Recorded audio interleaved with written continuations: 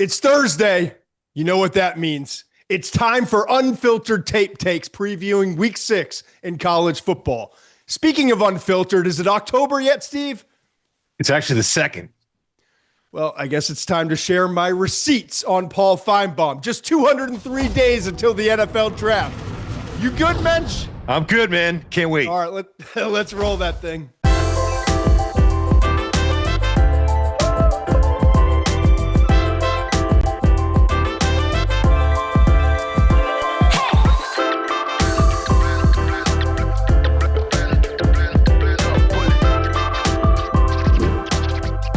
Couple things I love about Steve Muench that everybody should know. First of all, I get myself into some trouble sometimes. I try to get myself out of trouble. It kind of goes up and down, right? But Muench is always there in the background to laugh when I need someone to laugh at or with me, and also to, when I need someone to talk to or a shoulder to cry on every once in a while, he's there too. This episode is presented by Duluth Trading Company. Ready to give rival tailgates the foam finger?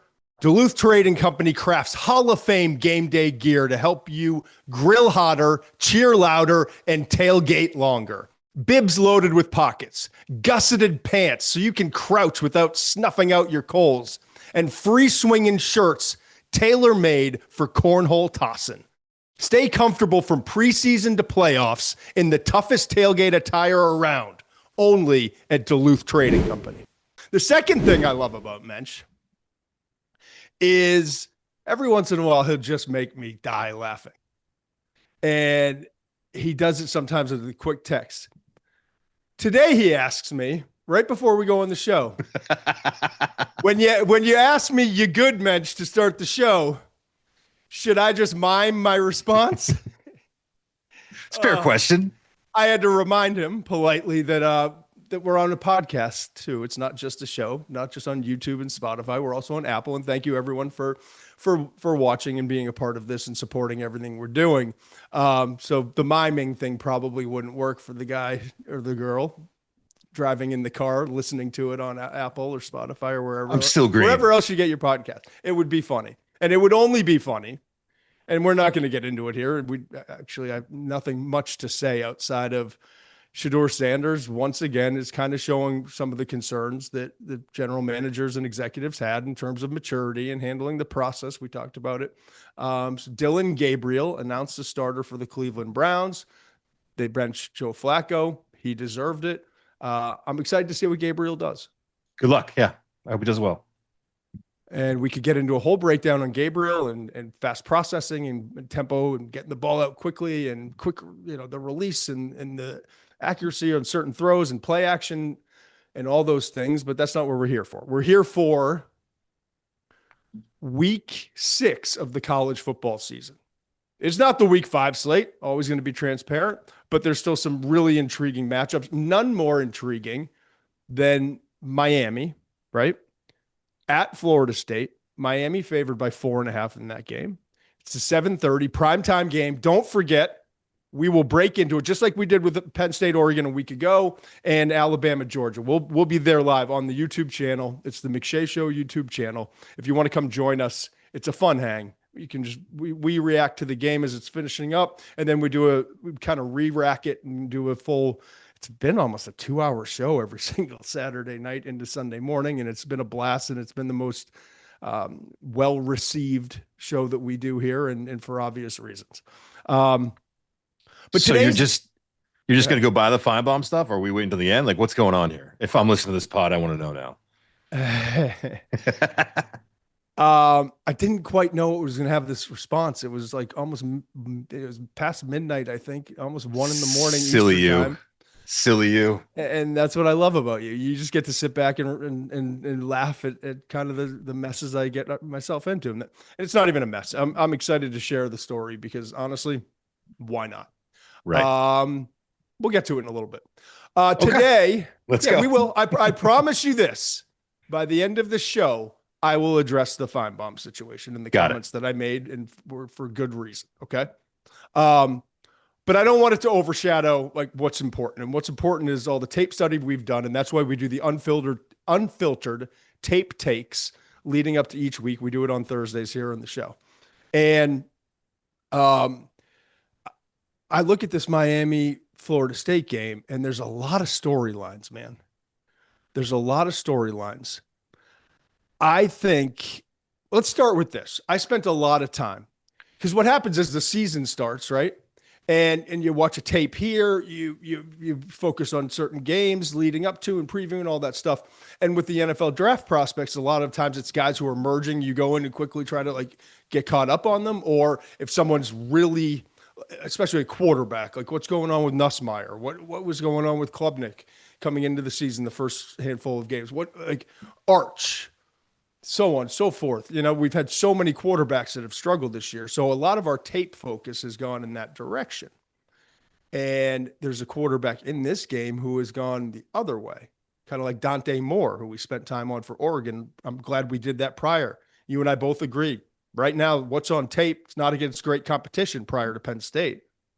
But what's on tape looks like might be number 1 overall draft pick. Hopefully it's 2027. But I bet you if you poll GMs right now in the NFL, it probably would be 2026 too. Don't want that for him. Don't want that for Oregon. We see what experience does. But Carson Beck, we've talked a lot about. I feel like we just beat it to death last year. Coming into the 2024 season, into last season, he was the top 10 pick. He was the number 1 quarterback, QB1, as everyone likes to say these days, right?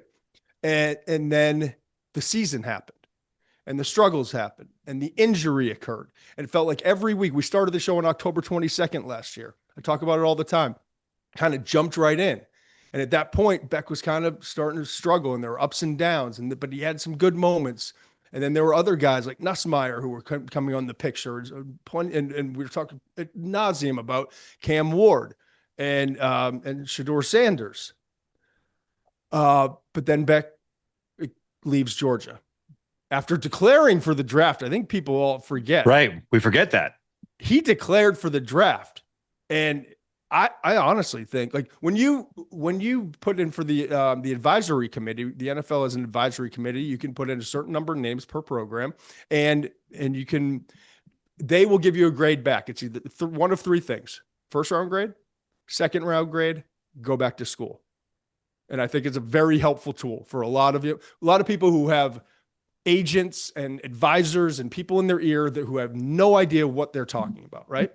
So Beck gets a go back to school. I probably would have had a 4th round grade on him last year, somewhere in that range. Mm-hmm. I don't know. But Pete Thamel, at the beginning of last season, when he polled 25 executives, he got the most first place votes coming in early September. So then all that happens, and I've done the whole bit on buying Lamborghinis, having Lamborghinis stolen, Cavenger twins, breaking up with the Cavenger twins, just a lot of like ick in the off season. But then the season gets ready to start, all the positive information comes, and we see on the field, beat Notre Dame, playing better, looks a little better. So I've watched clips and I've watched some certain plays on tape, but I hadn't gone back and watched the whole thing. So I spent time in the last 48 hours watching both Beck and Bain, while also watching the offense and defense for Miami. So, interesting. Yeah. I know you want to go. Let's start with Beck, okay? In this Miami offense. And then I know you want to transition. You've got some stuff. You spent some time watching the tape with Malzahn and Heatherman, the defensive coordinator. And so we can go to that side, and then I can interject my thoughts on Bain, okay? The Miami offense with Beck. Let's just do it. Beck, NFL draft prospect. Absolutely reascending. I'm going to give you the short version. Now's a good time. The McShay report. Google it. Subscribe. This one's for free. A lot of them have been for free and will continue to be for free. There is a premium section. Eventually I think if you have any interest in this stuff, especially NFL draft, you're going to want to be a part of this. So, but the McShay report gives you a detailed breakdown on Beck as a prospect, NFL comp, what round I think he would get drafted if the draft was today, and the same for Bain. Okay. So, but I want to give you just a synopsis as we prepare for this game. Carson Beck looks better to me in terms of his, like, he is not quick. He's not agile. He's not fast. I want to prep, but he's moving around a little bit better. Functional mobility inside the puck. I see him sliding, climbing, not afraid to take off and run. Just see a little bit lighter on his feet, a little bit more aggressive with his feet. That's the first thing. The second thing is I see he's comfortable in this offense, man. His eyes, you can watch from the tight copy, his helmet going bing, bing, bing. Like he's going through his progressions more, spreading the ball around to his different receivers. He loves Malachi Toney, who wouldn't? But he's not locked on to one guy or stuck on a read. His ball placement was streaky on tape. And I watched the 3 games of importance, okay? Notre Dame, I watched South Florida, and then watched Florida, those 3 games. The Florida game was the most recent game, and that was the hardest one. I don't want to say it was pouring rain a couple different times during that game. And so I'm trying to keep that into perspective. He didn't have any big time throws in my estimation. I know PFF does their, I don't even know what number, if they gave him 0 or 5. But there weren't any big time throws that he connected on. He missed some throws, and he hit a lot of like average to above average throws. Okay. That game I kind of gleaned the least out of, if I'm being honest, in certain regards. South Florida and Notre Dame, I thought were a little bit more telling. I think he's really good, like off the play action. I think he's doing a really good job moving his feet inside the pocket. I think he's comfortable. I think he's decisive. I see a guy who's like, I don't know. I always thought everything was like lumbering at Georgia, and every play felt like the weight of the world on him. Now I see a Carson Beck who's playing loose. He's making some aggressive throws that aren't always the best idea, but he's trusting his receivers. And so that works both ways. His receivers have been more reliable. They're catching the balls for the most part they should catch. That wasn't the case always at Georgia, right? And so there's this like give and take that's happening between him and his receivers, which is really fun to watch. And so I think he's playing with a level of confidence. As a runner, as a pocket mover, mostly as a passer going through his reads and pulling the damn trigger. He's not afraid to rip it. He's not afraid to make a mistake. And that's a beautiful thing for a quarterback, really. And it pays off with the one-handed catch in the Notre Dame game, touchdown, the Notre Dame game. It pays off in certain moments. I'll say this about Beck and Miami offensively. The thing that's missing from what I can see between them being a really good team that's up there in the rankings and all that stuff, but like legitimately being a team that can win a national championship. And I don't know if it's something they can solve. I don't know if it's going to be overnight. I don't know what it is. I don't know like when or if. There's a lack of a vertical passing game that's obvious for Miami. And I wrote down a bunch of throws, right? Yeah, because the freshman Malachi Toney is awesome, but that's not his game. It's not his game. Right. And I wrote him down here, and it doesn't matter. I mean, no one listening, but okay, Notre Dame, it was 9:50 first quarter, 7:52 first quarter. USF plays 16 and 17 on my 4:56 first quarter, 3:25 first quarter. Even the 39-yard touchdown to his wide receiver, number 3, which I've got it written down here. Joshua Moore. Thank you, Joshua Moore. That was late in the first quarter, 3:06 in the first quarter. That was underthrown. It wasn't a terrible ball, but it was underthrown. It could have allowed the defensive back to get back into play. The outlier was this other play. It was a play 30. So let me stop you right there for a second, because you said the ball wasn't great. Is it a Beck issue, or is it the weapons they have aren't really suited to take the top off? Play 30, 3:19, third quarter. On my clip reel, the plays I clipped out. That was his best throw. That was the third quarter. Truly the most positive example from 3 games where I'm like, that's what it looks like. Beautiful ball. It's down the left side. He throws the receiver. The receiver's got a step, but he throws it back over to the shoulder, brings him to the sideline. Perfectly placed ball to wide receiver 0, Marion, right? It was a stop and go. Mm-hmm. I don't think they have. Restrepo obviously ran a 4.84 or whatever it was. Right. Not a vertical guy, but averaged 16.3 yards per catch. Jacoby George averaged 14.2. Isaiah Horton averaged 11. And he's the ex-possession receiver, as we see with Alabama. Elijah Arroyo averaged 17 yards per catch. He was a problem. He was a problem. Sam Brown, their fifth receiver, if you include Arroyo, averaged 14.1. And Cam Ward was the trigger. Right. It's a combination. I don't see a receiver who's this big time, like height, weight, speed, vertical guy who's stretching and getting consistently down the field open and threatening the defense. I do think I would put a little bit more weight, honestly, on the quarterback because there have been open receivers and he's missed them. So the onus is on Beck. Now, I don't know that they're ever going to have a great vertical passing game, but I do think that receivers have gotten open enough down the field. I mean, I know, and he hasn't connected with them. Yeah. You would hope that, I mean, that play action should create some opportunities for downfield shots. The way they run the ball, that offensive line, the protection. The jump sets they can use on play action will play to their favor. There should be some chances to strike deep. It'll be interesting to see if that develops. So if I'm Florida State in this game, let's bring it back to the game. To close it on Beck, I think right now he's a day 2 pick. I think he's ascending. I think he's put to rest all the questions and concerns, at least to a certain degree, about all the other stuff. And I think he found the right home and fit.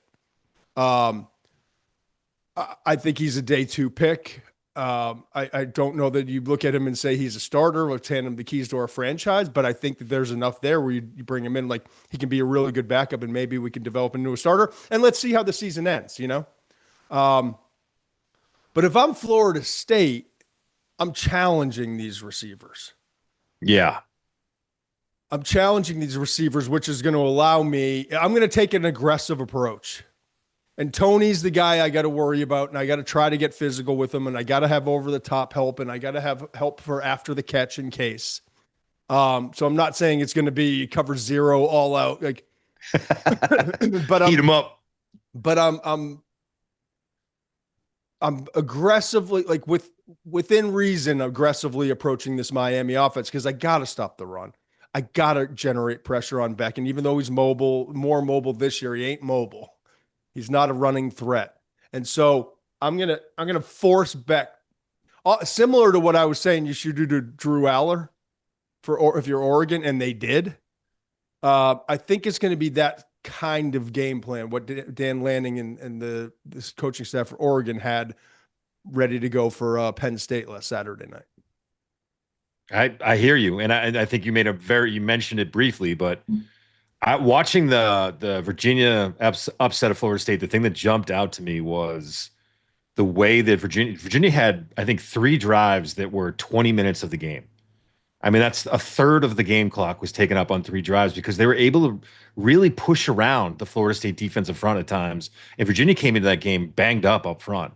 That was the most disturbing thing about that game.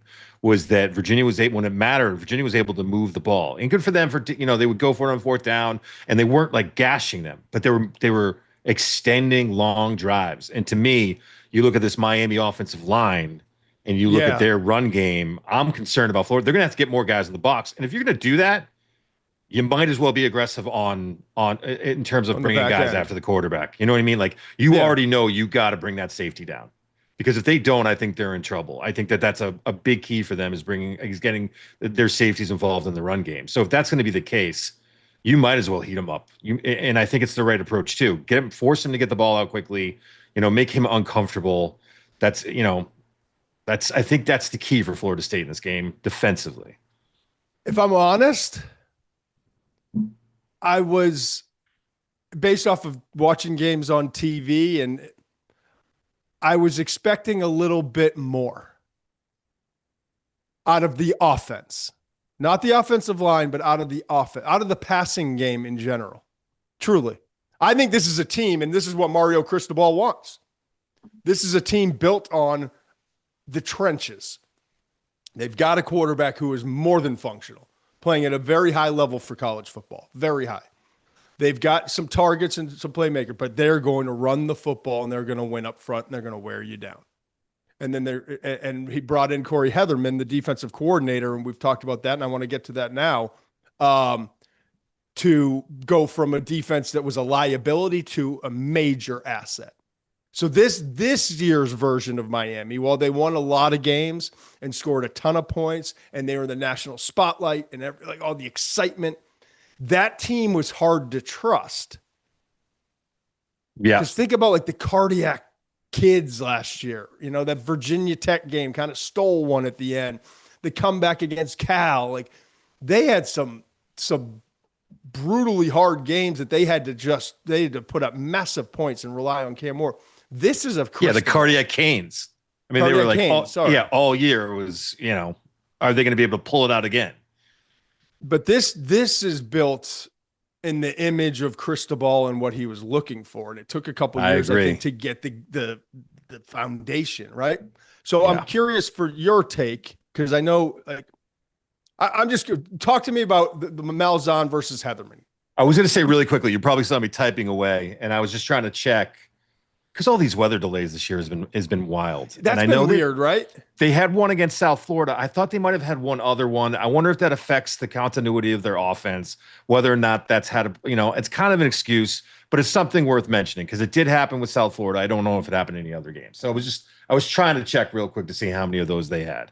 But on the flip side, I think that Gus Malzahn, the offense coordinator for Florida State, going against Corey Heatherman, the defense coordinator for Miami, is going to be a heavyweight fight. And a way I would describe it, and I sent this to you in a text, is Malzahn wants to win with body blows. He wants to go 15 rounds. He wants to wear you out. He wants you to get to start lowering your hands at the end, and then he'll start coming with some headshots. And what I mean by that is Florida State's averaging about 50 carries per game. They're second in the nation in rushing yards. Really? Yeah, they're looking to get that number up. I like this Miami defensive front, and I'm not sure, even with that amount of carries, I think they've got better depth than maybe people realize. Not on the edge, but at defensive tackle, they're pretty good.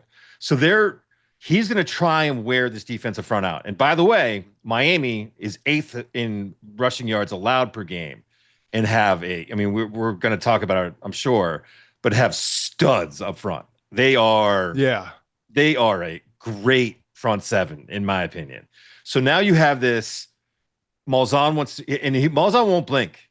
If they come out and they go 3 and out, don't expect Florida State to get rid of the run game. And I'll say this also, to get away from the run game. I think they're going to find a way to get 40 no matter what, rushing attempts.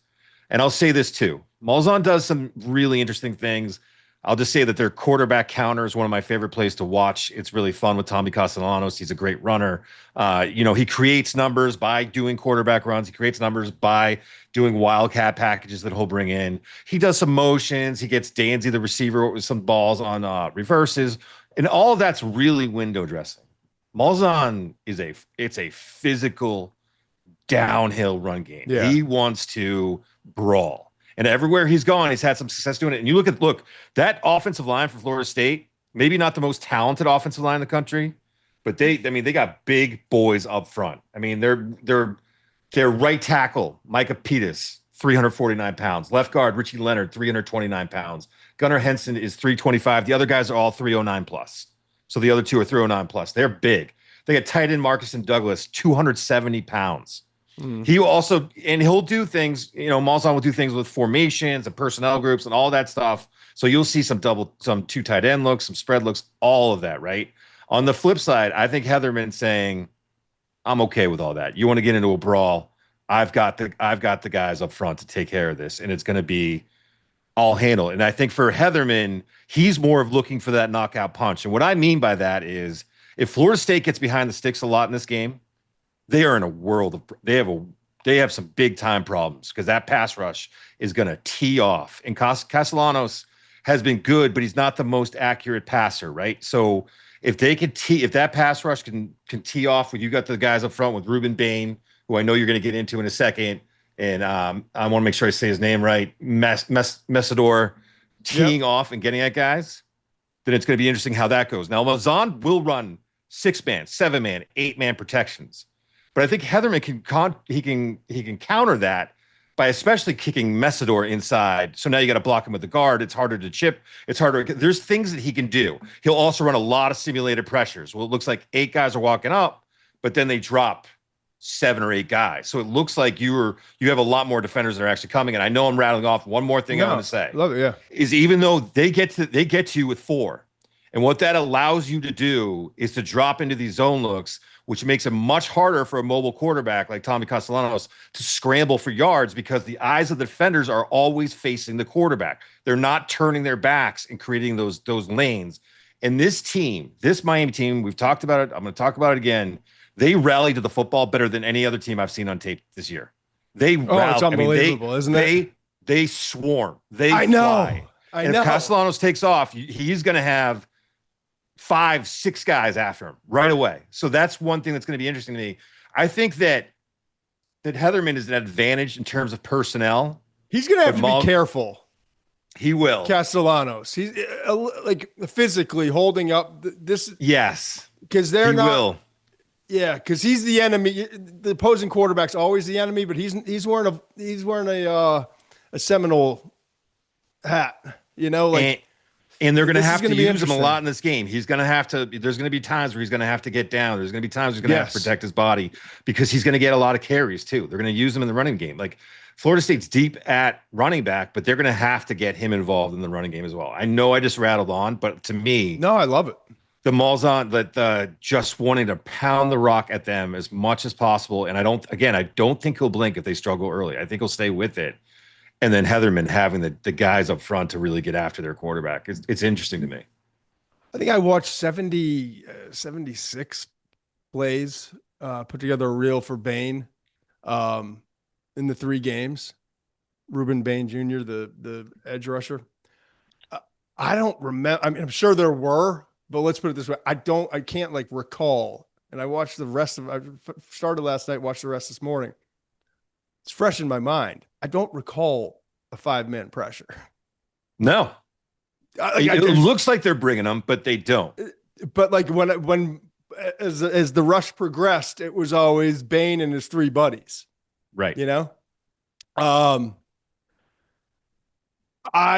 So with Beck, I was pleased by the progression in his game from what we saw at Georgia when it felt like it was struggling. But there's a ceiling with which I'm able to, or I have to put cap on it in terms of it's not everything you want to see. Bain has been fucking awesome. I don't know. And he's got all the tools. Like he's got all the tools to continue. Like short of like running a 4.5 as an edge rusher, he's not a speedster. You're right. But you don't need that in the NFL. In fact, go and look at any point in time where it could be week 4 in the NFL. It could be week 16. Go look at the sack leaders every year. Mm-hmm. It's heavily weighted towards the physical, powerful guys who also have become masters with their hands. If I had to nitpick on Bain, he's not a burner, fine. But he's improving with his hand usage and his array of pass rush moves, but he's still got room to grow. And that's like it's a negative, but it's also like when he continues to get better, this guy's gonna be scary. I haven't watched every player for every team in the entire country. I don't know how you could. I'd put Bain up against any player in the country. I know there's Arvell Reese and the Ohio State dude. Like I gave a rant on that. Careful. Show. Yeah, everyone's going to come out of the. If you're yelling and screaming, I'm just saying it would be hard to find many other players, if any, that have been more impactful than Bain has been for this defense. And I'm talking rundowns, powering up guys, getting off blocks, chasing. I'm talking pass rusher, setting guys up with power, then coming back with a flash the hand, dip and rip. I think Bain and go read the McShay report. I go through great detail and have all sorts of plays clipped off, and you can really get the full experience. He's 6'3", he's 270, 275. He's got 22 tackles, 3.5 tackles for loss. You say, McShay, no more impactful. My guy's got 6 sacks. Yeah, he's only got 2 sacks. But I want you to really watch. Mm-hmm. I want you to watch the pressures, the hurries, the way he is affecting the game. And then I also want you to watch how many times he's doubled, chipped, dealt with multiple blockers. And I also want you to then go look at your other stats and realize there are 8 different dudes on Miami with at least a sack this year. Bain is freeing up a lot of other guys to go cook. From Akeem Messidor with his 2.5 to Ahmad Moten, Booker Pickett, Mohamed Toure, Jacoby Thomas, Marquise Lightfoot, Armando Blunt. The common denominator with all those names I just ripped off. They all have a sack, at least a sack this year. So, like, when I look at the Keldrick Fox, the TJ Parkers, Falk from Auburn, Parker from Clemson. When I look at LT Overton from Alabama, Mateo Ungalale, Anto Sacco from Northwestern, Zion Young, Missouri, Donnie Dennis Sutton from Penn State, Tyreek Sapp, Florida, David Bailey, Texas Tech, Gabe Jackus from Illinois. A lot of dudes.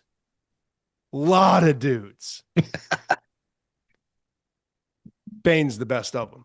Bain's a top 10 pick. This is the guy. I agree with you. This is the guy. And this isn't new necessarily for him. It's just this. Last year he was banged up and didn't play quite as well as he did 2 years ago. 2 years ago he was lights out too. I mean, he's always been a good player. He reminds Jared Verse, man. There's a lot of similarities. It's more power. Yeah. Yep.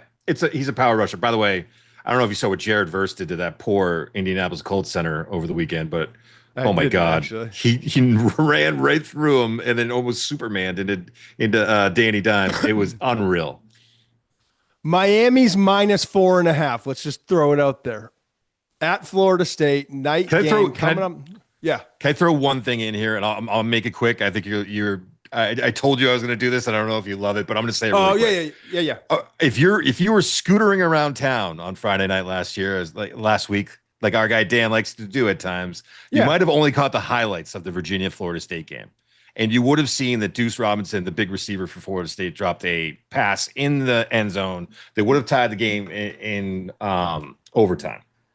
I want to remind people that that was a tough play, and he should have caught that. That dude also had 9 catches for 147 yards and a touchdown in that game. And I think he's developing to a player for them. And I really think he's the ultimate wild card in this game because his ability to win against their zone looks, he's a big target. He can settle, but his ability to win 50-50 balls downfield and what he's developing with Castellanos on back shoulder throws is giving them more of a downfield element. He's not a quick guy. But somehow he's getting dudes to jump on these double moves and getting behind them. And he's a little more, he builds speed as he goes. He's fast enough to get down there. I'm interested to see how they handle him if they don't try to get more physical at the line of scrimmage and make it tough for him to start building up that speed. Miami's got good size at corner, but this kid's 6'6", 223 pounds. That's different. He's built like a tight end. He was recruited to play tight end at USC originally, and they moved him a wide receiver. So he's a real wild card this game. If they can start getting some back shoulder stuff going and start to get a vertical element to this offense, it's going to be interesting to see how Miami counters. I don't want to pick against Miami, but I feel like we've seen this movie before. Team has a look ahead game, right? Team is overrated. Team gets a home game against a rival in a big spot. Friday night. Everyone expects the other team who's ranked really high to come in and like, oh, they're frauds. We found out. And the game is like, whoa, not what we expected. So like the FanDuel guy in me is like, I think, and the line's only 4.5, you know, I kind of like Florida State in this spot because I have a hard time believing it's not going to be a tight game to the end, and you give me the 4.5 points, but I like it. I feel like you have a better big picture feel. I'm just going to admit this. You have a better big picture feel, and I'm such a week to week tape guy that after watching that Florida State defense getting pushed around, I'm like, oh, they're going to get pushed around again by Miami, which does not always happen. It just doesn't work like that. Players have bad games. Teams have bad games. And again, some of the worst handicappers in the world are coaches and people who are watching the tape. Like, so like there are two sides of my brain. One is the tape and evaluation side. The other is I've learned over time, like wagering on a side literally has all outside of like the Oregon game last week. And look at that. That almost was a mess. But outside of like a certain circumstance where you're like, oh no, like this is not what people think it is.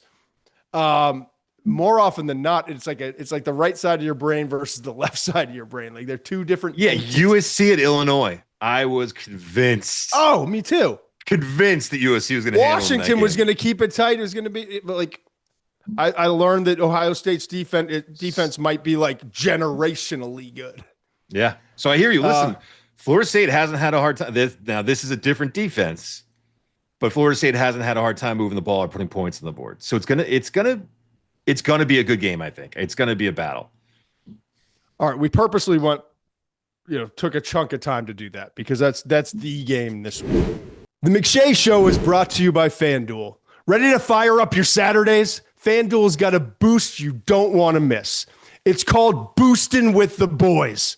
And it's giving everyone a college football profit boost every single week. So here's how it works. Each week, we're giving everyone a profit boost to use on college football. No opt-in gymnastics, no invite-only nonsense. Everyone gets the boost. We're talking real games, real teams, real Saturdays with an extra payout on the line. It's easy, it's fun, and it's only on FanDuel. Go to FanDuel.com/McShay to download the app, check out the Boostin' with the Boys offer, and get in on the action. Must be 21 and older and present in select states, or 18 and older and present in D.C., Kentucky, or Wyoming. Opt-in required. Bonus issued as non-withdrawable profit boost tokens. Restrictions apply, including any token expiration and max wager amount. See terms at sportsbook.fanduel.com. Gambling problem? Call 1-800-GAMBLER or visit rg-help.com. Call 1-888-789-7777 or visit ccpg.org/chat in Connecticut. This episode is brought to you by Duluth Trading Company. Ready to give rival tailgates the foam finger? Duluth Trading Company crafts Hall of Fame game day gear to help you grill hotter, cheer louder, and tailgate longer. Trust me, like, I'm a scene at the grill. I know what this is all about. They've got bibs loaded with pockets, gusseted pants so you can crouch without snuffing out your coals, and free swinging shirts tailor-made for beanbag tossing, or some like to call it cornhole. Stay comfortable from preseason to playoffs in the toughest tailgate attire around, only at Duluth Trading Company. But we got a few other games that I want to touch on. Vanderbilt-Alabama. It's 3:30 ABC game. Vanderbilt's plus 10.5. I'm going to rip off a few things. I don't know how much you watched of this game. I actually did some tape this after I got done with Bain today. The Vandy's defense on paper has been excellent and has been excellent, right? Except for South Carolina. And really the team in general. And you look at that South Carolina game, you're like, what was the final? 31-6? 31-7. Yeah. And you're like, oh, right. they dominate. If you just watch some highlights or popped in and out of that game, oh, they dominated South Carolina. Yeah, but they ran the ball 37 times in that game, Vanderbilt did. Only 26 passes, which is good. You get a lead and you run the ball out. But nearly identical they were with South Carolina in total offense. Right. Only 2 more first downs in South Carolina. And the reason I'm focusing on South Carolina is it's a fellow SEC opponent. It's the best opponent they faced all year. They played Virginia Tech, and the 3 other games were like throw it out. And remember, Lenora Sellers left that game. That was the game that he got hurt. Say, yeah. There's 2 big butts in this, and one has and they're tied together. A star quarterback who's carrying that team, and it's become kind of a one-man show for the Gamecocks, got injured early. And South Carolina turned the ball over 5 times. Mm-hmm. 5. Okay? Tough to win doing that. So when you go back and I watched the tape, it's like it wasn't quite the like physical domination that you would expect. Vandy's run game. I'm going to focus on this side of the ball for a minute because I'm really intrigued because everyone's saying that Alabama, while they had a great performance against Georgia last week, their linebackers are over aggressive. They have holes versus the run game. All interesting. That stuff. Yeah, I mean, and Georgia gashed them on the ground at times. They did. So Florida State gashed them. Okay, mm-hmm. So and Florida State, tap me if this sounds familiar. Mobile quarterback leads the team in rushing, misdirection. Can take a defense that has some second level guys that struggle with discipline and get overzealous and can make them look silly at times and can really exploit them. So Vandy's 18th in the country in rushing, 224 rushing yards per game. A lot of misdirection. QB is involved, similar to Malzahn, Castellanos, right? Mm-hmm. Gave that back 7 trouble. Pavia actually leads the team in rushing, which surprised me when I looked that up. 294 yards rushing, 6 yards per pop. Cedric Alexander's been a good back for them, 5.28 per pop.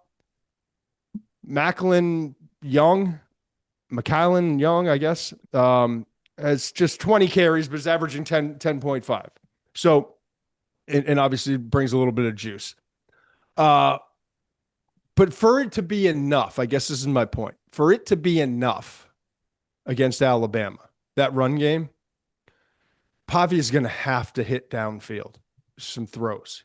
He's got to keep them backed off. And when they're not backed off, he's got to exploit it. I don't know that they have the guys. And I know you'll get to Eli Stowers in a second. Trey Richardson, Junior Sherrill, Richie Hoskins, they've all been productive. 18, 17, 10 receptions respectively for those 3. Sherrill's has been like the bigger play guy, 13.2 yards per catch, 5 touchdowns. McShay, stop ripping off numbers. It's not what we do. But I'm setting this up so you understand, like, the pass game is not overly sophisticated. It is built on jet sweeps, misdirections, play actions, quick game. A lot of screens, a lot of quick game stuff. Occasionally they'll try to pop one down the field. Occasionally they'll run a crosser. Pavia is not a very sophisticated passer of the football. What he does really well is they'll move the pocket with him sometimes off of play action, he'll boot, sometimes pressure comes, but like, it's not sustainable. And you say, well, it was last year, McShay. Remember 40-35 at Vandy? I'd like to talk about that game. Okay, good. I don't see it at all. And maybe this is where you and I, the tape guys, watch Alabama on both sides of the ball and then watch Vanderbilt. I think, like, if Alabama gives Vanderbilt, and by the way, Pavia, I love you. Yeah. Like, I love the competitor. I love the guy. I'm here for the nonsense. You know me. Ziegler and other like very official analysts. I'm here for the nonsense. I'm here for your mom dating Theo Vaughn and like all of it. But I'm not quite here for you saying if we keep this game between the lines, I'm paraphrasing, not quoting, that we're going to handle Alabama. We're going to like. He did not say that. Oh yeah, something like man. We're going to win and win easily, I think is about what he said. And so now you've woken up the giant. He's already pissed off. If they weren't already pissed off from a year ago. Yeah. So go ahead. Can I just tell you, this is just one thing that these two numbers. I know we said now we're going to do a lot of numbers. I'm about to throw a bunch of numbers in this game because this is my numbers game for this week. But I'll say this: Vanderbilt had the ball for 42 minutes and 8 seconds last year and had an interception return for a touchdown in that game. Do you know how hard it is to have the ball for, like, it's statistically strange. I'll put it that way. Rare, where you actually have because if you have an interception return for a touchdown, you basically are giving the ball back to Alabama's offense, and here they come again. That should eat up some clock. And despite that, 42 minutes and 8 seconds. And one of the reasons that happened was penalties and Alabama making dumb mistakes and extending drives. And they still only won that game by 5. Vanderbilt is a better team this year. I do believe that. I also think Alabama's a better team. And they may not have, I'm not getting into draft evaluations right now. I'm not talking about that. I'm not talking about talent at certain positions. We'll get into that at some point.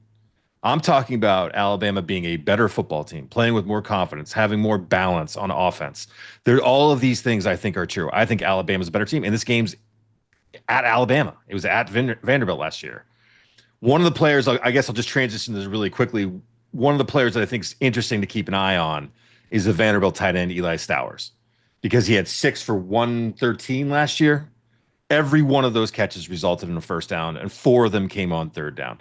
Now, it's interesting when you look back and you look at the breakdown of those catches. 2 of them were shovel passes. Another one was a scramble drill. But I'll say this about him. He's an excellent runner after the catch, and that shovel pass is a real threat. You got to keep an eye on him. They have to do a better job of staying gap sound in case he gets that ball and you can wrap him up.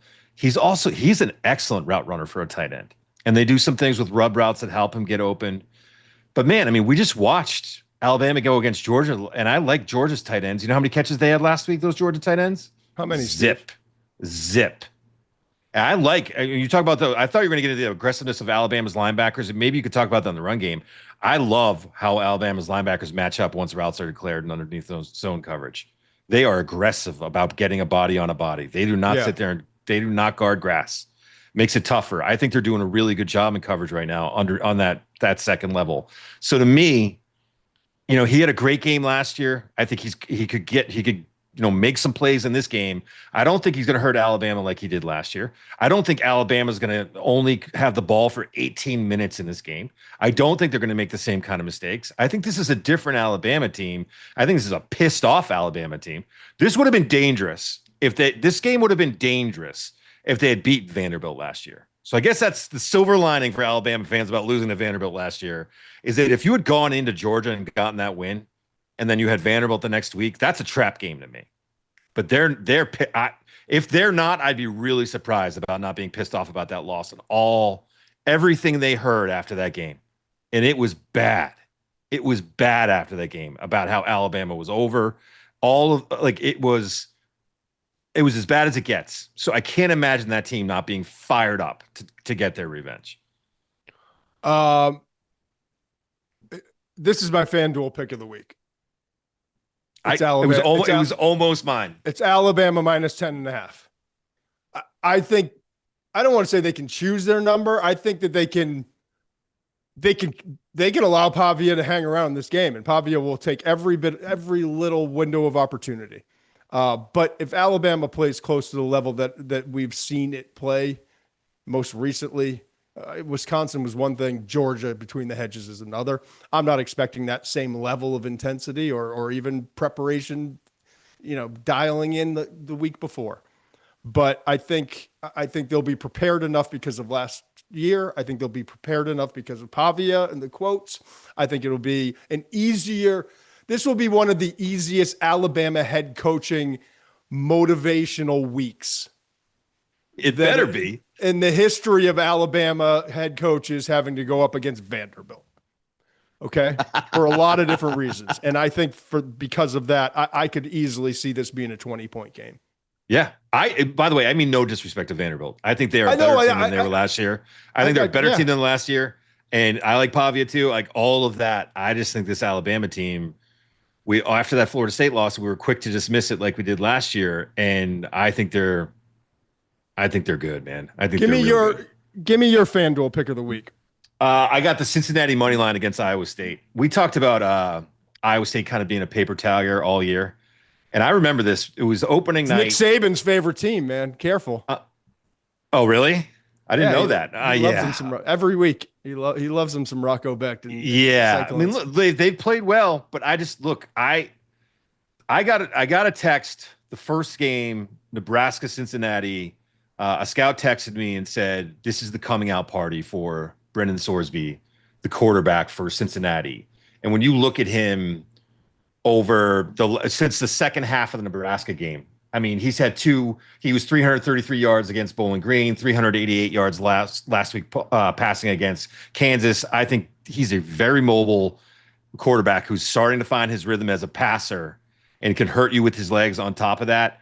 I think Cincinnati gets Iowa State this week. So that's the money line. I think Iowa State's been really good and really solid. But when you look at the teams they've beat, I got some questions.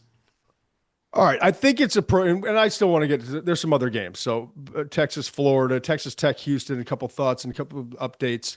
And I know Muench has got a couple things on his mind too, as it pertains to week 6 in college football. But we're coming off of Alabama, and Paul Finebaum's show began and it continues to go from Alabama. So I made a comment, as we touched on in the beginning. I made a comment the other night, and I said that I'm going to paraphrase my own quote, but something along the lines of that Paul Finebaum is I went beyond coward. I said he's a something coward. I thought that was bad enough. I remember coward. I thought that was bad enough.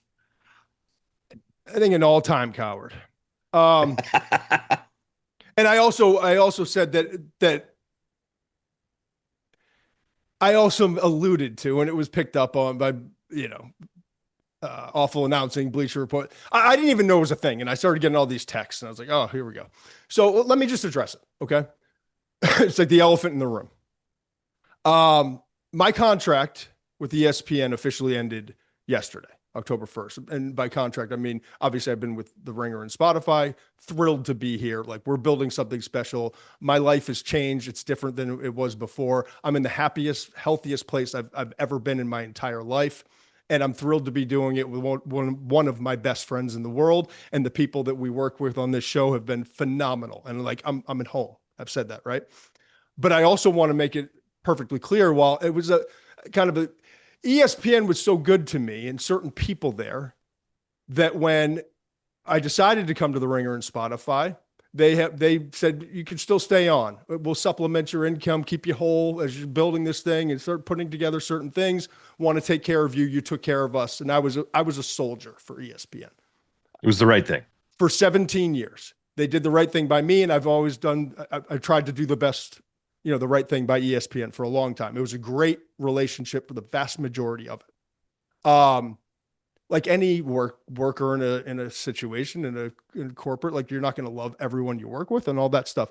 But I want to start this whole thing by saying, just because the final tie was snipped on October 1st, this is not going to become a Todd McShay scorched earth tour on ESPN. It's just not, it was not my experience, and it's not who I am. I love Burke Magnus. I started with Burke Magnus. He was in Charlotte when I first learned how to do a little bit of television for ESPNU. He's been wonderful to me. A lot of executives there, wonderful to me throughout my years, through the thick and the thin. Okay. I have friendships that will be lifelong friendships. I consider a lot of people there, from the Steve Levy's to the Brian Greasy's to the Sean McDonough's to the Herb Street, Chris Fowler, Des Howard, David Pollock, people who are still there who aren't there, Joe Tessitore, like, inviting me down to his restaurant and letting me have his box to go up to Saratoga. Like, I have so many experience. Jesse Palmer, Schefter, Pete Thamel, still friends. Like Stanford Steve. Stanford Steve, Chris Felica. Like, honestly, I feel bad even saying some names, because right, there's just so many. If you gave me 30 minutes and a pen and paper and I sat down, there would be over 100 names of people that I consider to be truly friends. Okay. And they're varying levels of friendships. But there are many on there that I consider almost extended family, like traveled so much with them. And you just become extended family on the road. So this is not going to be the Todd McShay tour, but there are some things that I didn't like at ESPN, and it was not a corporate thing, and it wasn't the top executive in Burke Magnus. But there were some people there that I didn't like. And I think that's common for anyone, any experience with the corporation, right? Yep. I don't want to say none more so, but let me give you the background on Paul Finebaum. I worked with Paul for probably a decade or so, right around there. Not like intimately all the time. Like we've had very different roles at ESPN. Cross paths here and there. Okay. I want people to understand, like, when Paul was brought in and he started showing up at like college bowl games and like national championships and things like that, like there are a circle of people. I hope everyone realized that, like, oh, he looks different. Oh, he's 100 pounds wearing boots. He doesn't know ball. He doesn't, it's a little bit of that like bullying stuff of like, oh, Paul, he's this, he's that, he's the other thing. I never got involved in that. Find me, if someone wants to say, oh yeah, you did, come on and say it. I never did. I didn't protect him because I didn't know him, but I never piled on or did anything like that. When asked to go on his show, there were some shows I didn't want to go on. And sometimes I would say, no, I'm all set. That wasn't one of them. I respected what he did, even though it was completely different from what we do. They brought him in not because he's one of the guys and one of the crew. They brought him in because he has an audience down in the South, and people either love him or hate him. And the people who hate him probably listen and watch more than the people who love him. All that said, this is not like some petty thing. There were some things over time that happened that rubbed me the wrong way, that Paul probably doesn't even know. Some comments, some things. Okay. But it never reached a point where I wouldn't say, yeah, I'd go on. In fact, that last year I was at ESPN. I was traveling, doing games every other week, and I probably went on his live show. I went on his live show a couple times. I probably was on his show during the fall close to 10 times. Let's call it 7 or 8 times, okay?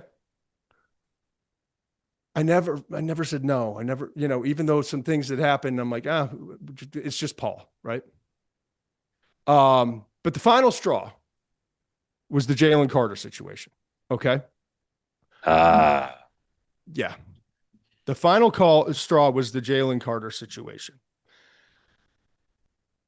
I'll never forget. I don't even know why, but it was on in the background, and in my living room downstairs, and someone called in about Jalen. I don't know. A caller called in and asked about, did you hear about Todd McShay with the Jalen Carter stuff? And Paul responded, okay?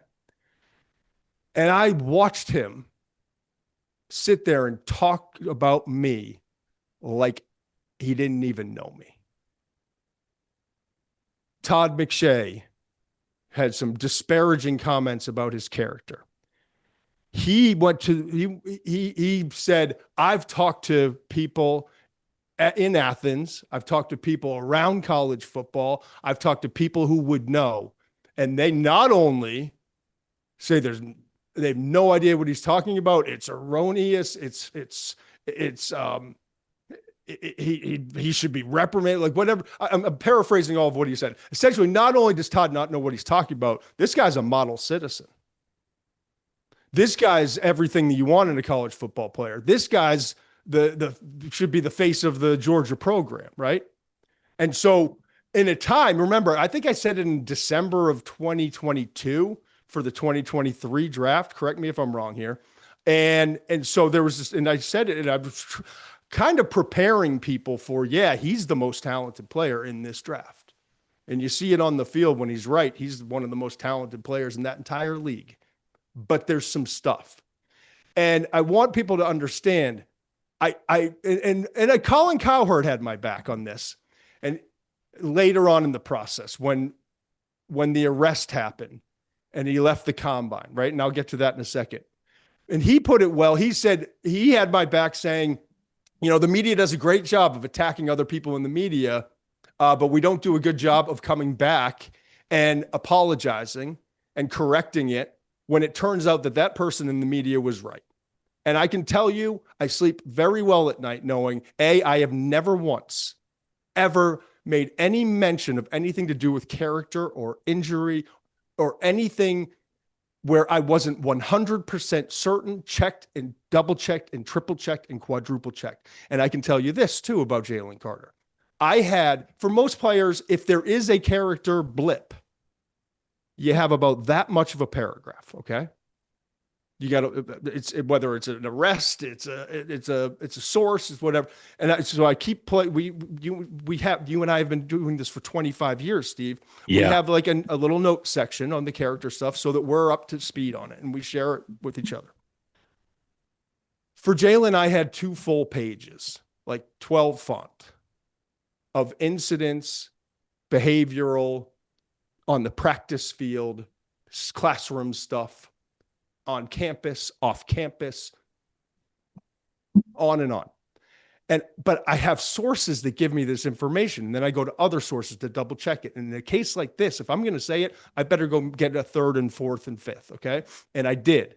And so it finally got to a point in December going into that process. I think it was like the first mock draft or something. I'm in Bristol. It was like, if he doesn't go 1 or 2, it's probably, and if there is a slide here, it's going to be because of the character issues that I'm hearing about. There are concerns in the league. So I did that and it blew up and people in Athens still hate me and people even after the fact. And there, and from big talk shows to Paul Finebaum show to everywhere else, they're going after me. The problem I had with Paul is I was on your show all fall. Right. Your producers and your producers and people around your show, like there's some shows where like you get one call and then maybe follow up email before the show. Here's the rundown. There are some shows like Paul's, like they text or call or email incessantly. They knew how to get me. Paul could have texted me. Paul's producer could have texted me. In fact, I was waiting for someone from that show to call me and say, hey, the show just ended. We realize this is a bigger thing. Can you come on the show tomorrow? And I probably would have gone on and blasted him. Because what he did in a moment of volatility, I wasn't worried about what I said, but it didn't feel good knowing that all of Athens was after me and that people around the media landscape were blasting me. And I was all over message boards and social media and talk shows and everything. This was a McShay is disparaging the name of Jalen Carter and show us the proof situation. And so my own teammate, a guy who I've worked with, who I didn't pile on him personally, who when called to come on his show to enhance his show, I was there for him. I showed up. I did the segments. I came on I brought McDonough over. We went to the set. We did a big show. Like, I did a lot of stuff. I'm not trying to oversell, but I was there. I showed up, supported his show. Didn't have to. Didn't do much for my career to go on the Paul Finebaum show. I'll be honest with you. It just didn't. But I did because I'm a teammate. You can say that a lot of people can throw a lot of accusations at me. Some of them true, some I would argue. but no one out there would say that McShay's a bad teammate, you know? So I have a loyalty thing. And so when someone in your own team does this and they have your number, they have your email, and they can reach out or have one of their people reach out and they don't, and they feel so comfortable sitting there and piling on. Now it's not just people in Athens. Now I get the whole South. Right. Now it's an SEC thing. Now it's an SEC thing. So that pissed me off. Then you know what pissed me off more? Oh. Here's the timing of the whole situation with Jalen Carter. The arrest warrant was issued on the first day of the draft, March 1st, 2023, for Jalen Carter. The charges were that Carter was charged with 2 misdemeanor counts, reckless driving and racing. He turned himself in, booked and released, posted a $4,000 bond. Returned to the combine on March 2nd, finished his interviews and measurements, as you'll well remember, you know? We were covering the whole thing. The context of the charges were there was a fatal crash. The charges stem from a fatal crash on January 15th. So this was my comments and everything that happened and the Finebaum response and him, pouring fuel on the fire all happened before even before this incident on January 15th, hours after the national championship game. Okay. The crash killed Georgia offensive lineman Devin Willock and staff member Chandler LaCroix. All of my comments and all of this stuff happened before the incident. Then it goes to the combine. So instead, it was bad enough the first time around. And I texted and called executives. I was pissed. And I can't remember another time where I went out of my way. It wasn't like we were in a meeting and I brought executives at ESPN, right? At ESPN. Okay. And they talked me off the ledge. They're like, that's just Paul, and he shouldn't have done it, but next play. And so I did. I moved on. And I'm taking a beating, right? You saw it. It pissed you off even more than me at times. And I'm actually good with that stuff. I've been through enough wars with all of this, and I know when I'm right, and I know when. And could I have given some more detail? But if I did, then I was giving up sources. And that's what Cowherd said. He said, we don't do a good job of coming back and telling people out there that when we were wrong about other people in the media, but Todd could have given some specifics.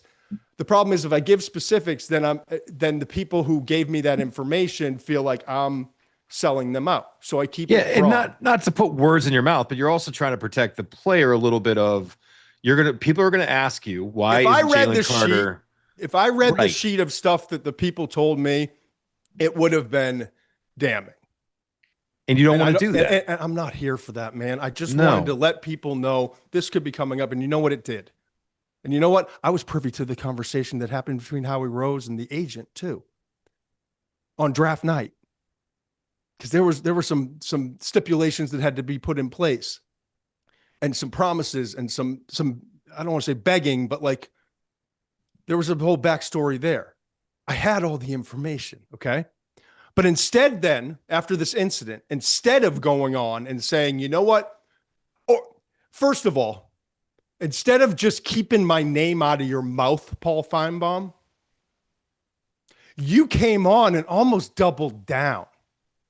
And that's what sent me over the fucking edge. Because he goes on and he referenced the fact, and by the way, in the very beginning when he did this, when he responded to the person on his show, he insinuated that, according to Finebaum, the negative report could have been a quote unquote smoke screen floated to McShay in order to get Jalen Carter. So now I'm complicit in this. Naive. Yeah. Right. So now here we are. So the incident occurs and everyone gets their first, public glimpse of, there's some stuff that's going on with Jalen Carter and this will affect his draft stock. And maybe Todd was on to something. Maybe there is information out there that the public doesn't know. So he goes on and says, I'll say this about Jalen Carter. Until yesterday, he had an impeccable reputation. This is the day after that arrest. There was a report that came out earlier this year by Todd McShay. So my name's back in Paul Finebaum's mouth. Yeah. That there were some character issues. I went to numerous people in Athens and around college football. And quite frankly, I could not find anyone to contribute to that report. I mean, my blood's still burning reading this thing. I couldn't find any players who privately would say that. In fact, all I heard was to the contrary about how well he has handled himself, how liked he has been by almost everyone in that community. That doesn't mitigate anything that we now know, but I think it will be a critical factor moving forward to him to determine whether he goes as high as number one or falls dramatically. If you're a teammate, if you're a coworker, or if you're just a decent person and you added to someone's problem and you piled on or you threw gasoline on a situation and then something happens, you don't come out and do that and then be like, yeah, Todd said it. No one else I talked to was right. No one else I talked to said he was right. But yeah, this might affect his draft stock a little bit. Hey, Paul. Carter had an impeccable record. Carter had impeccable character because you talked to probably one person at Georgia and they're going to protect their guy. Hey, Paul, pick up your phone, call me, shoot me a text, email. That's my whole thing. He didn't call me directly to get background. He didn't call for my comments. He didn't have me on his show. He did nothing but keep my name coming out of his mouth in a negative regard without doing any work or just asking the person who said the comments, who also works for the same company you do, who also was on your show dozens of times throughout the years, come on set on college campuses with you, and was on your show between 5 and 10 times that fall. And instead of doing instead of doing the right thing, you just do what you do. You incite more drama. You just throw shit out there that you know nothing about. Paul knew nothing about this situation. He made a call, maybe two, to people who were going to help protect their guy, and he stirs more shit up. And so he gets everyone in the South, not just Athens, after me, right? And so that's it. So when I say he's an all-time coward, that's why I say it. When I say he has no loyalty, that's why I say it. And to be honest with you, I think the guy's a rat. And so he's perfect to be a politician. That's a good way to end it. I'll say this. Yeah. If there's only one thing in fairness to him, or not really in fairness to him, I think it's worth mentioning. He wasn't the only one. And I remember there were others, and I will not forget that there were others. And some of it's just making a mistake and learning from it, and that's fine. But there were others who wanted to hop on that train and use your backlash as a way for them to propel their careers or get likes or whatever. And he wasn't the only one. I will say, you brought up Colin Coward. He doesn't know me from Adam. I've had a couple conversations with him while you were there, in Bristol. He is one of the nicest human beings. He's exactly who he is on air as he is off air. So there are a lot of good ones out there, man. There are a lot of good ones. Oh, Colin's great. Colin's great. Yeah. You don't always have to agree with his takes, and that's part of the whole thing. Colin is it. Right. Colin's one of the ones like that's how it should be, Yeah. And I don't want people to think like, well, ESPN just bailed on you. Like, yeah, certain people did. And I learned then, but there were a lot more in that building that had my back and supported me throughout the whole thing. And I honestly, like, I promise you, there were times where you were more upset and bothered and pissed off than I was. Cause like, but that's that. All right. Texas, Florida. Here we go. Oh, sorry. No, it's good. It's good. Yeah. How do you transition? Let's transition with this. I actually, this afternoon, right before we came on the show, I watched all the dropbacks for Arch. Okay. And it was, how are we feeling? It was Sam Houston State, right? Yep. I think it was, and then some other tape I UTEP? watched was versus no. I watched all the tape. Remember? Okay. I did that whole Arch report. If you want to go back and watch and read it, it's on the McShay report. Really detailed breakdown of all the games leading up to that Sam Houston State game, right? What I hadn't done, because I had written it and we talked about it last week, what I hadn't done is go actually watch the Sam. Oh, the latest game. I got you. The latest game, yeah. And so I just did that. I literally just did that, right? And I was encouraged, man, and because everyone knows like he stood on top of the defender and ran in the touchdown. So I wanted to see like what actually happened on tape. And like I'm not excuse me, I'm not kidding myself. It ain't Florida. It ain't, it's certainly not Ohio State. It's a different level. And you can get comfortable in the pocket and you have wide open receivers. But I was looking for the little things, right? Like What I saw with Arch is he actually made some big time throws in the game. His best throw was it second or third quarter to DeAndre Moore's like a deep crosser, defenders converging. That was a nice throw. That was a nice ball. And he had a few good throws. I watched his footwork, and I would be interested to talk. I would be interested to talk to him at some point. It seemed like from the very first throw, it was, and I was just this past Saturday, my uncle Cal was on our show. His son Ty and Drew and my son Tate, we went with the quarterback coach Alex McLaughlin, but just watching because his son Ty is a baseball player. Right. And so he has that long, think of a crow hop, that long delivery and working on tightening it up. And it almost felt like he's working on more narrow base feet, and it could be misconstrued at times as happy feet in the pocket and all that. But I think he's working through, I'm a taller, long lever. I got to keep my feet tight, to keep that base, to not overstride. And we saw some overstriding on some missed throws, right? Yeah, it was encouraging, but what does that mean for Florida?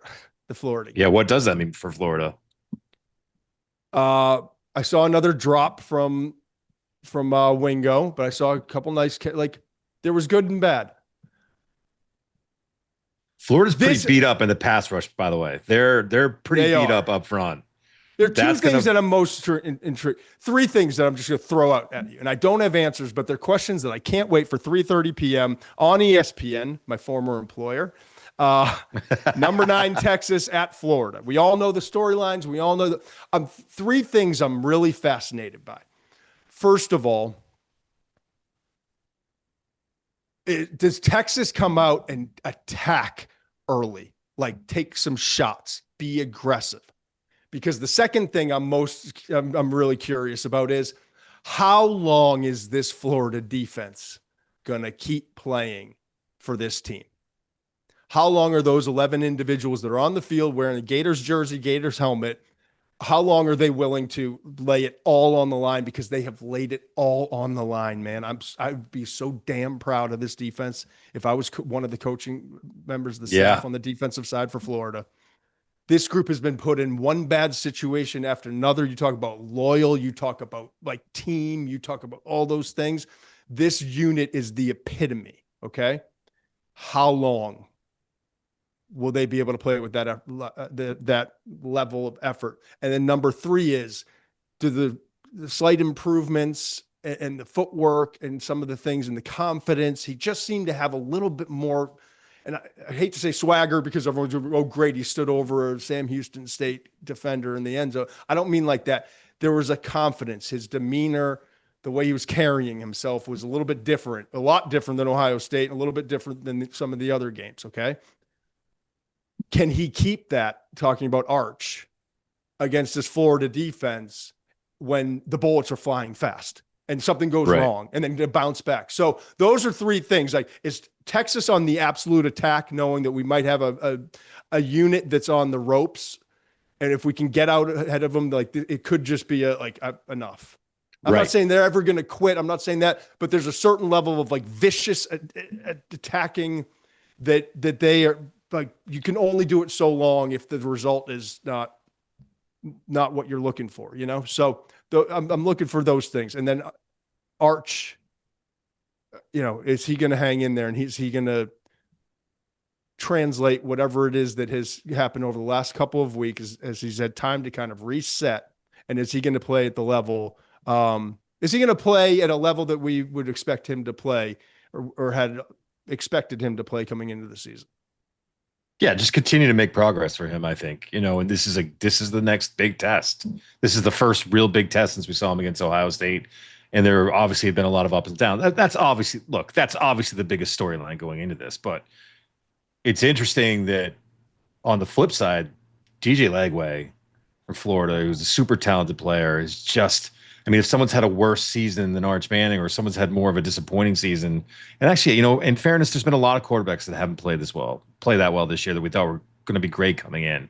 And DJ Lagway is one of those quarterbacks that is just I mean, struggled mightily. And if Texas can, I mean, one of the advantages if you are Texas and you can get out early is you're forcing Legway, you're putting more pressure on him to make plays in the passing game, and maybe forcing Florida to get away from their running game, and that also plays into your hand. I mean, I was watching Florida against Miami, and they targeted their talented freshman wide receiver Vernell Brown III twice in that game. Yeah, I just don't get that. I don't get, and it made me think. It to this point to where it made me think: is there something else going on? Is he banged up? Didn't look like it. He got Brown or Lagway? Brown the third. Is he banged up?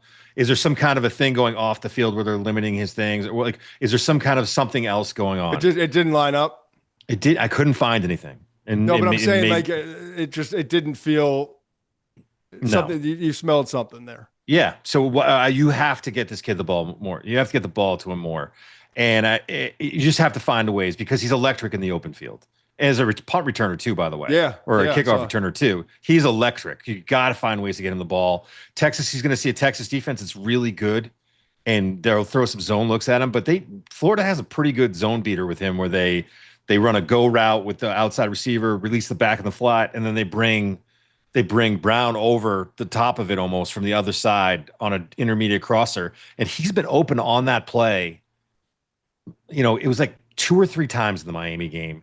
And the problem is he's a smaller receiver. He's an undersized receiver. And Legway his accuracy is not there. The timing and accuracy is not there for them to consistently connect on that play. And if people are trying to remember who Vernell Brown III is, you might remember him from the Long Island catch early in the season where he just went full on Odell Beckham and made that like reaching behind his body, one-handed catch. I mean, this kid is he's a real He's talent. The Malachi Tony to that offense. 100%. And they got to find ways to get him involved. I mean, he's either going to see a safety or a freshman nickelback and Grayson Littleton, who's talented, but he is a freshman. There's got to be ways that they can get this kid the ball and get him more involved in the game plan. Who you like in that one? Man, it's tough, but I just like Texas's defense against that struggling Florida offense more than I do the question mark of Arch against a Florida defense that's playing, you know, with like just a noble effort. I think I don't know what the over is. I don't know what the over is, but I'm almost certainly betting the under in that game. Well, I mean, every asshole east and west of the Mississippi and north and south of the Mason-Dixon lines betting the over in that game, or the under in that game. 41 and a half, man. 41 and a half. That's a good line, though. They're those back 6.5 right now on FanDuel. It's going over at FD Sportsbook. FanDuel, give them a little plug here. But my goodness, this thing's trusty. 6.5 is a spread, and 275 is the money line. Over under is 41 and a half. Yeah. Are we done with the Texas Florida game? Because I want to ask you about another spread that really jumped out to me. Yeah, we are done. Okay. The Louisville Virginia spread. Can you pull that up? Because I want to make sure I got this right. Go ahead. I know you got some stuff on that game. Go ahead. I'll pull it up. I think if 6.5. Sorry, Louisville minus 6.5. Go ahead. So Louisville's favored by 6.5. Correct. Virginia coming off this win against Florida State. This upset win over Florida State, and now in the AP poll, Louisville's not. Somebody knows something, and I'll go with somebody. They're getting it right, man. I'm telling you right now, that line is correct. Miller Moss is starting to get more comfortable in that offense. He's coming off his best game. They just came back from 17 points down to Pitt. That Louisville defense is playing super well. People don't realize it. They got guys who can turn the ball over. They're playing well, and then Miller Moss has got 2 real weapons. And Chris Bell and Colin Lacey at wide receiver. I'm looking at that game, and because that's what jumped out to me. I looked at that spread, and I was like, Sark and Lane Kiffin are kind of the obvious, like, blue blood answers when the question is, if you had a son who was a quarterback, where would you send him? I think you're going where I thought you were going to go. Yep. I would consider strongly, depending on the circumstances and the NIL money that would be in daddy's pocket. No, I would consider Will Stein and what he's done at Oregon with Bo Nix, Dillon Gabriel, who's now the starter, as we talked about, and now Dante Moore, and the Brom brothers in Louisville. Yeah. Whew. And that game's in Louisville. That Virginia team better not have any kind of a hangover effort. They're going to need everything they got to win that game. I got Louisville. I got Louisville by 2 scores. Sorry, Aunt Lisa. I the Wood family. I think you're right, man. I think you're onto it. I think you're right. Last thing I want to touch on, or unless there's more, you could take it wherever you want after this. Texas Tech at Houston. We've already gone way too long on a Thursday show. But both 4-0. Texas Tech is like this darling that everyone jumped on for a minute, but like I think they had a bye last week. No, they played an inferior opponent last week. I forget who it was. I think or they had a bye. I can't remember. They're 4-0. I think they had a bye. They had a bye. Sorry, they had a bye. The inferior opponent was the Houston's schedule. Remember before I was thinking Sam Houston State. I was like, but I wrote down some other some initials. SFA. Stephen F. Austin was Houston's first win. That's why I was getting it twisted in my mind. Rice, Colorado, and Oregon State. Oregon State game was tight, right? But there's a couple things I want to mention in this game. 3, actually. 1, Willie Fritz's team, that he was at Tulane when Tulane in the Cotton Bowl beat Caleb Williams. So he's no stranger if you go back in his history to a little, so like keep an eye on this game. 10.5 point spread, 7 p.m. game, ESPN. I'm not saying it's going to happen. I'm just saying keep an eye on this being a little bit like nastier and tougher for Texas Tech than people might want to think. And I say that because the schedule starts to get harder after this game, right? Houston's 4-0. But you're still, it's like, it's Houston. We can handle this, I think. We spent $55 million on our football player budget this year. We got this, right? Mm-hmm. So keep an eye on that. More importantly, for NFL, for fans of the NFL draft and people just who love who are the NFL guys in this game, we know about the edges for Texas Tech, right? That defensive line, I went back and watched we're going to have to, that game is circled when we start talking about those 2 first rounders, Lomu. Well, I'm telling you, there's a bunch of them, man. There is a bunch of them. I told you this earlier, where there are some offensive tackles that haven't lived up to expectations. Well, it's only appropriate. I came in and called it the golden era, the golden age of college quarterbacks. And I love the offensive tackles. And you were bragging on the offensive tackles, and now here we are in week 6, and it's a mess. David Bailey and Romello Heights, 6 sacks in 4 games combined between them. Legit players, and hopefully just continue to get better and better as the season goes on. So those are 2 NFL guys that you want to keep an eye on that side of the ball. Here's someone, you know who brought this to my attention today, bud? Wasn't on the national list or Blesto list in the preseason. I haven't talked to any NFL scouts. Our good friend Pete Sousa in the Big 12. Dude, he's got the Big 12 on lockdown. Yeah, I went on the show today. And we talked about Big 12 NFL draft prospects. And he brought up to me, he's like, Tanner Koziol,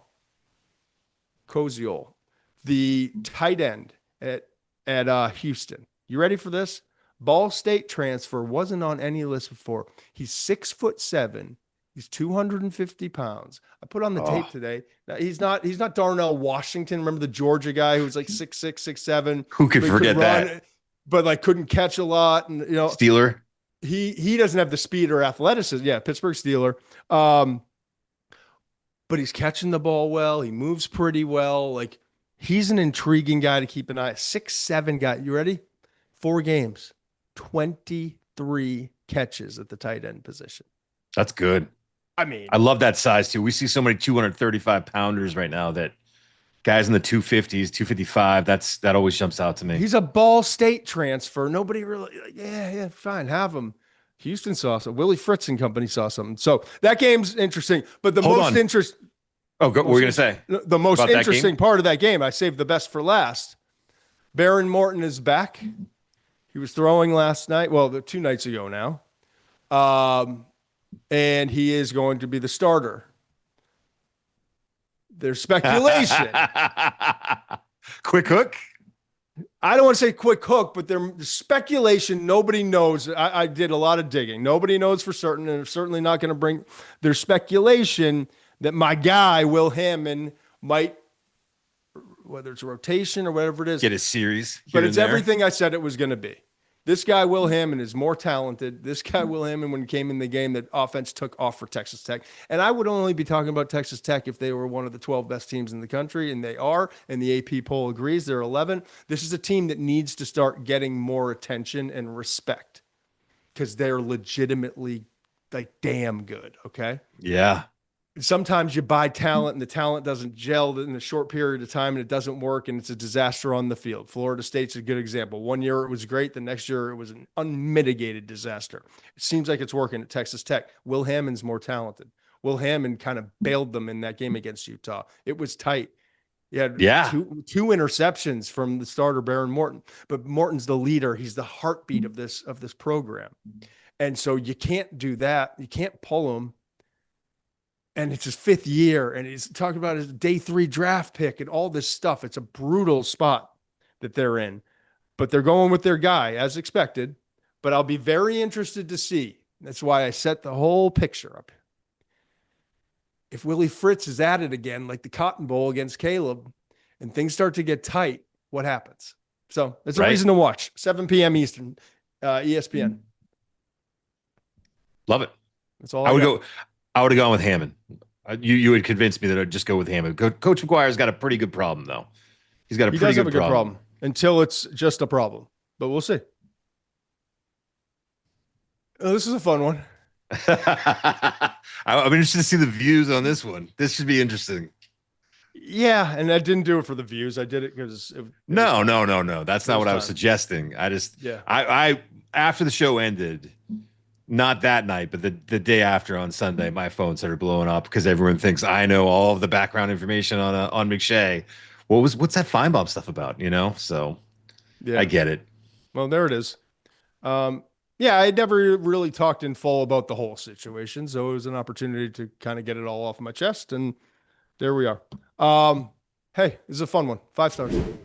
Must be 21 plus and present in select states. For Kansas, in affiliation with Kansas Star Casino, or 18 plus and present in DC, Kentucky, or Wyoming. Gambling problem? Call 1-800-GAMBLER or visit rg-help.com.